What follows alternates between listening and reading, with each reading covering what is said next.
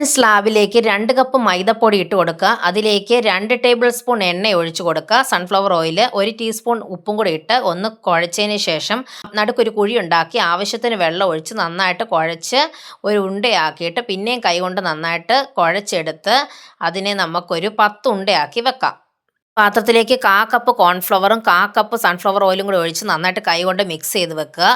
എന്നിട്ട് നമുക്കിനി ഓരോ ഉണ്ട എടുത്ത് നന്നായിട്ട് പരത്തിയിട്ട് ഓരോ പരത്തിയ മൈദ ചപ്പാത്തിയുടെ മുകളിലും ഈ കോൺഫ്ലവർ എണ്ണയുടെ മിശ്രിതം തൂത്ത് കൊടുത്ത് മൈദ തൂകി അടുത്ത മൈദയുടെ ചപ്പാത്തി വെച്ച് അങ്ങനെ ഓരോന്നിൻ്റെ മുകളിൽ ഈ കോൺഫ്ലവറും എണ്ണയും തേച്ച് മൈദ തൂകി അങ്ങനെ 10 ചപ്പാത്തി നമുക്ക് മേലെ വെച്ചിട്ട് അവസാനം ഒന്നും കൂടെ പരത്തി അതിൻ്റെ എല്ലാ ഇടയ്ക്ക് കോൺഫ്ലവറും എണ്ണയും കൂടി ഉള്ള മിക്സ് പുരട്ടി മൈദ തൂകി അതിനെ 4ആയിട്ട് മടക്കി അതിൻ്റെ എല്ലാ ഇടയ്ക്ക് കോൺഫ്ലവറും എണ്ണയും പുരട്ടി മൈദ തൂകി ഒന്നും കൂടെ പരത്തി 4 ഭാഗവും വെട്ടിയെടുത്ത് കറക്റ്റ് സ്ക്വയർ ഷേപ്പാക്കി എടുക്കാം. ഇതിനെ 4ആയിട്ട് മുറിച്ച് വെക്കാം.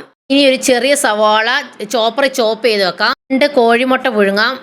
മസാലയ്ക്ക് വേണ്ടി മല്ലിപ്പൊടി 1/2 ടീസ്പൂണ്, നല്ല മുളക് പൊടി 1/2 ടീസ്പൂണ്, കാശ്മീരി മുളക് പൊടി 1/2 ടീസ്പൂണ്, മഞ്ഞൾപ്പൊടി 1/2 ടീസ്പൂണ്, ഗരം മസാല 1/2 ടീസ്പൂണ്, കുരുമുളക് പൊടി 1/2 ടീസ്പൂൺ, 1/2 ടീസ്പൂൺ ഉപ്പ്, ജിഞ്ചർ ഗാർലിക് പേസ്റ്റ് 1/2 ടീസ്പൂൺ എല്ലാം കൂടെ ഇട്ട് ഒരു ചീനച്ചട്ടിയിലേക്ക് ഇട്ട് നമ്മുടെ സവാള ചോപ്പ് ചെയ്തതും കൂടെ ഇട്ട് അതിലേക്ക് ഒരു ടേബിൾ സ്പൂൺ എണ്ണയും 1 ടേബിൾ സ്പൂൺ വെള്ളവും കൂടി ഒഴിച്ച് നന്നായിട്ട് ഇളക്കി വഴറ്റി നിർത്തുക.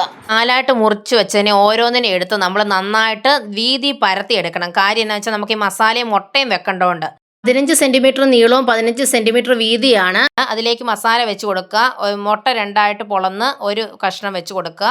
എന്നിട്ട് ഇനി അതിൻ്റെ ചുറ്റിനും മൈദ തേച്ചിട്ട് അതൊരു കോൺ ആകൃതിയിൽ മടക്കി ചുറ്റിനും നല്ല അമർത്തി ഒട്ടിച്ചിട്ട് അതിൻ്റെ നടുഭാഗവും നന്നായിട്ട് പ്രസ് ചെയ്ത് ഒട്ടിച്ച് 1 മണിക്കൂർ റെസ്റ്റ് ചെയ്യാൻ വെക്കണം. കൊണ്ട് പ്രസ് ചെയ്ത് അതിൻ്റെ നീളവും വീതിയും കുറച്ച് 13 × 13 സെൻറ്റിമീറ്റർ ആക്കണം. ചീനച്ചട്ടി നല്ലതായിട്ട് എണ്ണ വെക്കുക. അതിലേക്ക് നമ്മുടെ ഓരോ പപ്സായിട്ട് ഇട്ട് കൊടുക്കുക. തീ മീഡിയത്തെ വെക്കുക. തിരിച്ചും മറിച്ചും ഇടുക. എന്നിട്ട് അതിൻ്റെ മണ്ട എണ്ണ കോരി ഒഴിച്ച് കൊടുത്തോണ്ടേ ഇരിക്കുക. അങ്ങനെ അതിൻ്റെ കളർ മാറി നല്ല ബ്രൗൺ കളർ ആകുമ്പോഴത്തേക്കും നമുക്കത് കോരി പ്ലേറ്റ് വെച്ച് സെർവ് ചെയ്യാം.